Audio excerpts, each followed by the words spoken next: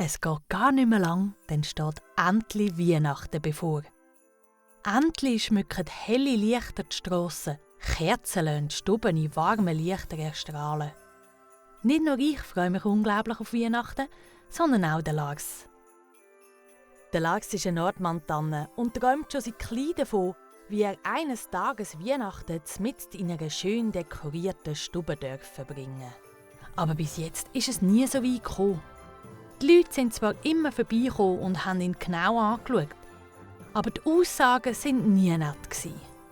Das Tantli hat ja in der Mitte fast keine Äste. Die Äste unter dran lampen aber ziemlich runter. Oder Jesus, nein, das sind ja 3 Spitzen zuoberst. hat er sich Jahr für Jahr anhören. Und wenn er das vor Weihnachten nicht von den Menschen gehört hat, dann aber ganz bestimmt von der Philomena. Die Philomena ist eine Blaufichte, wie sie im Bilderbuch steht. Ihre Nadeln sind blau-grün gefärbt, ihre Äste in der Form von einer Pyramide wie von den alten Ägyptern angeordnet und so dicht beieinander wie ein paar Pinguine, die sich in eiskalten Tagen gegenseitig warm geben. Wie gut sie aussieht, hat sie im Lars schon vielmals zu spüren gegeben. Und heute ist es wieder so weit. Hey Lars, ich werde dich vermissen, wenn ich im Dezember das Weihnachtsfest von einer Familie bereichere. Oder zwar, nein, du wirst mich vermissen. Weil du bleibst dann da aussen und musst dich mit den anderen Bäumen begnügen. Sagt Philomena zum Lars und stupst ihn in die Seite. Das ist nicht nur fies, sondern so ein Stups von einer Blaufichte tut auch ziemlich weh. Ein paar Stunden später fängt es an eindunkeln und der Lars findet einfach keine Ruhe. Was, wenn ich tatsächlich wieder von niemandem für Weihnachten ausgesucht werde? Bleibt das echt wirklich für immer ein Traum? Die Unruhe vom Lars bleibt auch der Adelheid, in einer 3,5 Meter hohen Edelfichte nicht verborgen. Du Arme, plaget die Philomena wieder. Ja, sie kann ein echtes Ekel sein. Und ich habe das Gefühl, seit ein paar Jahren ist es vor Weihnachten besonders mühsam. Sie spielt sich so auf und blöffet damit, wie sie dieses Jahr in einer schön geschmückten Stube steht und wie ich dann immer noch im Wald wird sein. Ganz allein. Ich wünschte mir, ich hätte das Selbstvertrauen von der Philomena und wäre optisch so einwandfrei. Die Adelheid schüttelt den Kopf. Aber Lars, Philomena hat im Fall gar nicht so ein grosses Selbstvertrauen, wie es auf den ersten Blick scheint.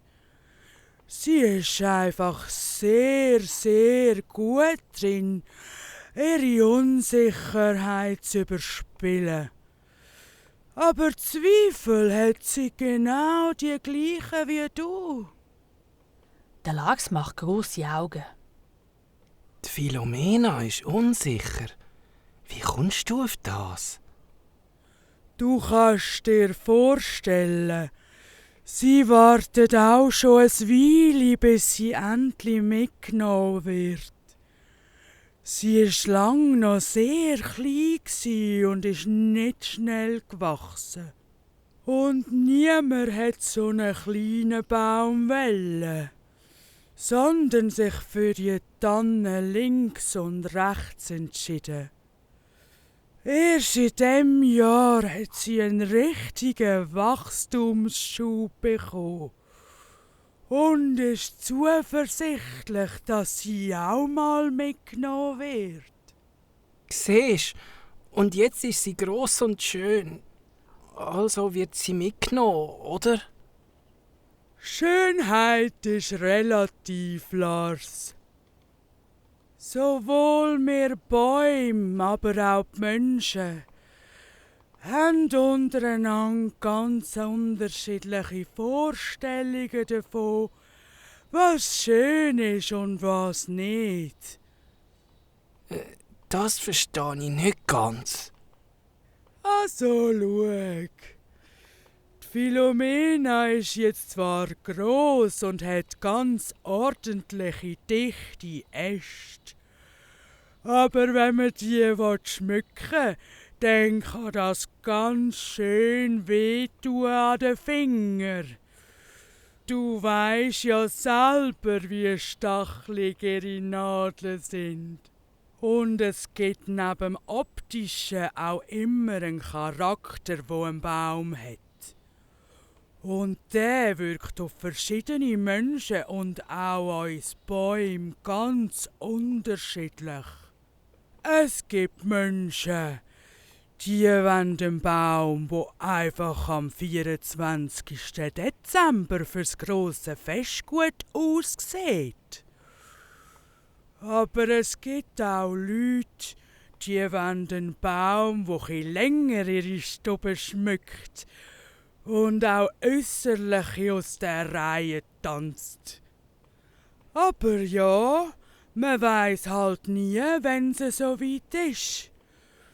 Drum dürfen wir auch zufrieden sein, wenn man nicht an einem Weihnachtsfest strahlt, sondern im Wald unter seinen Freunden ist. Der Lars ist verwundert. Bis jetzt hat er immer nur gehört, dass doch der Zweck von einer Tanne ist, eines Tages zum Weihnachtsbaum zu werden. Aber Adelheid, hast du denn nie ein Weihnachtsbaum werden? Die Adelheid muss lachen. Mama Lars, jetzt hast du mich natürlich verwünscht. Ich würde lügen, wenn ich würde sagen, dass ich nie gerne ein Weihnachtsbaum gsi wäre.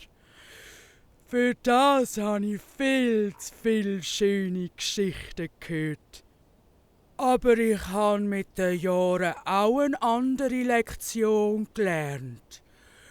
Dass ich mein Glück nicht davon abhängig mache, ob mich die Menschen schön genug finden, um mich an ein Weihnachtsfest einzuladen. Der Lars merkt, dass die Adelheid nachdenklich wird und sagt: Wer weiß, vielleicht geht der Wunsch vom Weihnachtsbaum für dich ja gleich noch in Erfüllung. Da erhält sich ihr Gesicht wieder. Unmöglich ist es schon nicht, da hast du recht. Aber in eine normale Stube passe ich nicht mehr rein. Da bräuchte es dann schon etwas höhere Räume. Eine Villa oder eine grosse Kille. Und ich weiss nicht so recht, ob ich mich dort wohlfühlen würde. Im Wald habe ich alles, was ich brauche. Jeden Tag bin ich an der frischen Luft, habe einen wunderbaren Ausblick aufs Dorf und halte öppe mal einen amüsanten Schwatz mit den Vögeln, die gern auf mir Platz nehmen. Ich habe das Gefühl, die alljährliche Anspannung vor Weihnachten und der Konkurrenzkampf unter den Tannen tun uns nicht gut. Darum habe ich mir etwas ausgedacht für das Jahr. Die Adelheid ist immer für eine gute Idee zu haben. Okay, da bin ich jetzt aber gespannt. Ich habe gedacht, wir können ja mal unsere eigene Weihnachtsfeier machen. Mit allen Bäumen, die da bleiben, aber auch den Waldtieren. Dass wir alle zusammenkommen und es schön haben. Statt traurig darüber zu sein, dass uns niemand ausgesucht hat. Was meinst du, würdest du mir echt beim Organisieren helfen? Der Lars strahlt über alle Äste. Oh ja, weisst wie lässig. Ich helfe dir sehr gern. Wunderprächtig! Ich kann nämlich jede Hilfe brauchen. Und da kommt's grad gelegen, dass nicht nur ich alte Tannentanten die Idee gut finde, sondern mit dir auch ein Grünholz an Bord ist. Jetzt solltest du aber ein bisschen schlafen. Es ist schon sehr spät. Ich sehe schon die Eulen verwachen. Jetzt wird der Lars hellhörig. Das Gespräch mit der Adelheid hat ihm Lars gut getan. Er findet rasch zur Ruhe und kann gut einpfusen. Die weiteren Tage und Wochen sind wie im Flug vergangen. Der Lars und Adelheid haben geplant wie verrückt, um im Wald ein schönes Weihnachtsfest auf die Beine zu stellen. Mit viel Vorfreude haben auch die Hasen, die Rehe und die Eichhörnchen bereits von diesen Plänen erfahren und ihre Teilnahme zugesichert. Die Waldfestvorbereitungen haben natürlich alle mitbekommen. Und sie sind begeistert, als sie erfahren haben, dass sie ein Weihnachtsfest werden haben. Egal ob in einer Familie im Warmen oder unter den Tannenfreunden. Nur die Philomena, die findet das Ganze eine absolut lächerliche Aktion. Zum Lars sagt sie: Und Lars, wie läuft's mit deinen Plänen für den Trostpreisanlass? Ich kann ja leider nicht kommen. In wenigen Tagen bin ich spätestens weg von da. Im Lars machen die blöden Kommentare von der Philomena seit der Planung vom Weihnachtsfest aber nicht mehr so viel aus. Viel zu fest freut er sich auf das schöne Fest mit seinen Freunden. Ach, Philomena, ich weiss nicht, was du hast. Wir sind hier daheim und wir feiern in der Tannenfamilie. Das hat gar nichts mit Trostpreis zu tun. Klar würde ich auch gerne mal an einem Weihnachtsfest auswärts mit ganz vielen schönen Kugeln und Lichtchen geschmückt schauen, wie es in der weihnachtlichen Stube so ist. Wenn das aber erst später oder auch gar nie passiert, dann will ich da im Wald das Beste aus der Situation machen. Wir haben nämlich alle mehr gemeinsam, als dass es Sachen gibt, die uns trennen. Wir Bäume machen einander um die Weihnachtszeit einfach viel zu oft das Leben gegenseitig schwer. Und viele von uns haben gefunden, dass das nicht sein muss. Seither ist die Stimmung da viel besser. Darum bin ich in deinen Augen auch lieber ein Trostpreis als eine Fehlbesetzung an einem Menschenweihnachtsfest. Die Philomena ist ganz erstaunt ab der Antwort vom Lars. Sie lässt das Gesagte sacken und in dem Moment, wo es ganz leislich ist im Wald, hören die beiden Schritte.